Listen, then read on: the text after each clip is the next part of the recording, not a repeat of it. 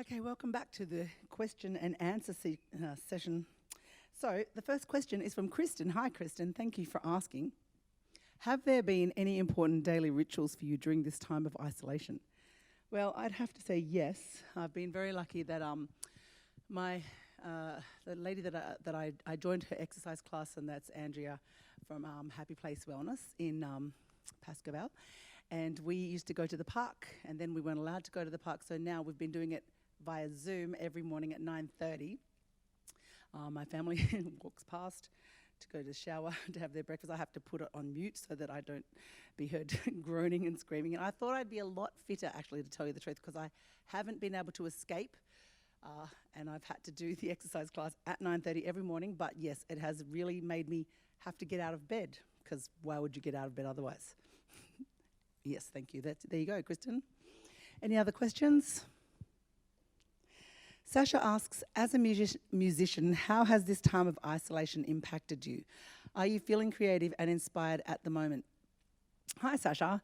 Thank you for asking. I have actually, very luckily, I have a friend called Felix who's been teaching me to play the bass, and that's been really fun because I've never been able to read music or speak music or tell. I'm a long way from telling jazz jokes, but when you're in a band with a lot of musicians who are very clever, it's kind of, what's the word, isolating not to know anything about music. So I have really enjoyed learning that, and I've been writing some lyrics for different bands and I wrote 2 albums last year with my band and with the Bamboos, and then they both just went into the cupboard and we all went inside. So I feel like it was just really nice to go, let's not do any music for a minute. But then, of course, 5 minutes later, I can't help myself. So yes, I did have a break, and it was nice because I felt like I'd earned it. And then I realized that I actually love it and I can't stop myself. So I have been writing. How to stay motivated. How do you stay motivated, though? Yes, that is a good one.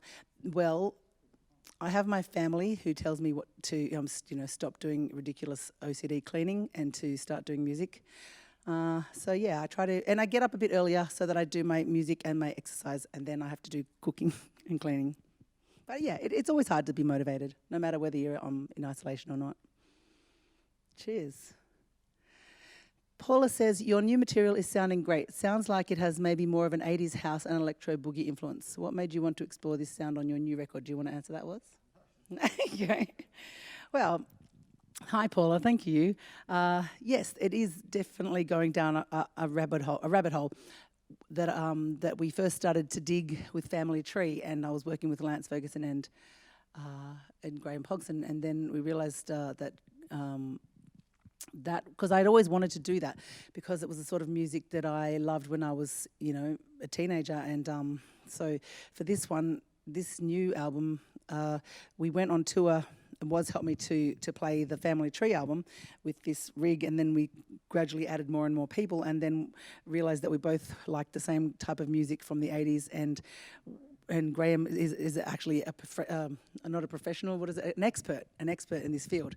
And so just having him on board, everything he touches turns to that anyway, and it's just, so I've already done a lot of soul albums, and I felt that it was time to go, well, I don't have to try and be famous anymore. I can just do what I like. So this has really been freeing for me, and just to do music that I absolutely love. And yes, I'm sorry if you don't love this type of music, but this is where I'm going. Yes, 80s house and boogie electro.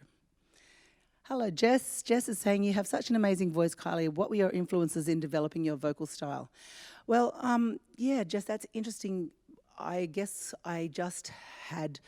I loved Chaka Khan and Aretha Franklin and all those people, but obviously I can't sing like them. So I spent a lot of my life, and Annie Lennox, lots of different singers, but spent a lot of my life trying to understand if I couldn't sing like them, then how could I sing like me? And so it's been quite a long journey to get to me, and it's been fantastic having people like Lance Ferguson and and Warren Hunter and and Graham Pogson helping me to write songs that frame my voice and songs that are for me, and that are just like, I guess it could be a bit boring if you do every song in the same key, but I think I have like a couple of keys that I can sing in.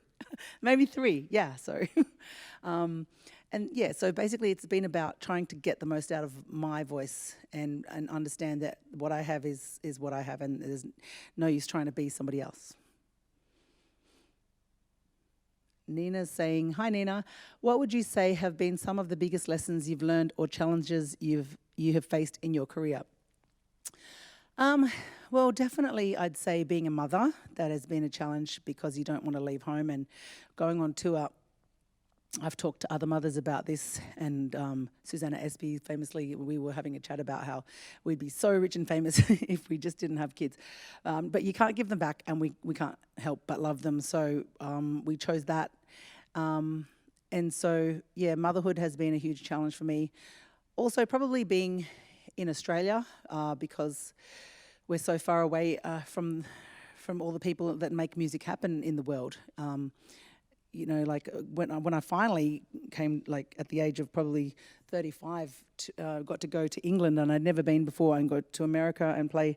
I mean, you drive when you're in Europe, you drive for 1 hour and you're in another country. I mean, here I'm from Hay, you drive for 1 hour, you're not even at Denny yet. So the culture and the amount of people that are interested in listening to you sing was fabulous and a real eye opener. So yeah, being isolated. Being able to take a band to Sydney is so expensive. It's like, yeah, a lot of us can't do it.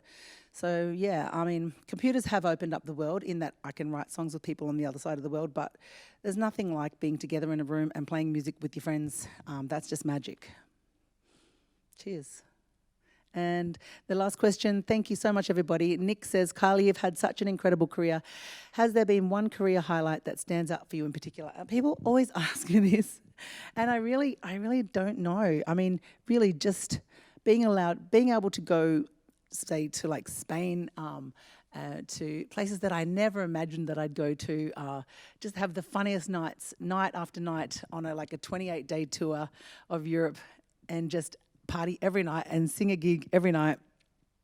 A lot of that means that I can't remember those nights, but I just know that how lucky I am, and to be a girl from a small town, the small town of Hay in New South Wales, and then get to go and sing on the big stages, and also to do gigs in Australia like Splendour and Blues Fest, and Day on the Green with being able to open up for Robbie Williams. That was pretty amazing. That did harden me up a bit, having to stand in a paddock of light and sing to somebody else's audience. That was pretty amazing, especially when they'd been queuing all day to see Robbie Williams and I was not him. That was pretty scary. Yeah, but being able to sing original music all around the world has been very, very amazing. So thank you all for listening and asking questions. I really appreciate it, and I hope I've been able to answer them. And next week, don't forget, the Sound Gallery sessions can continue right here, 7 o'clock, Wednesday nights, and it's Deborah Conway and Willie Zigia, who are lovely and amazing. Nice to see you all. Mwah. We would like to thank you and everyone involved in this experience. For more on the Sound Gallery sessions, visit monash.edu/mlive.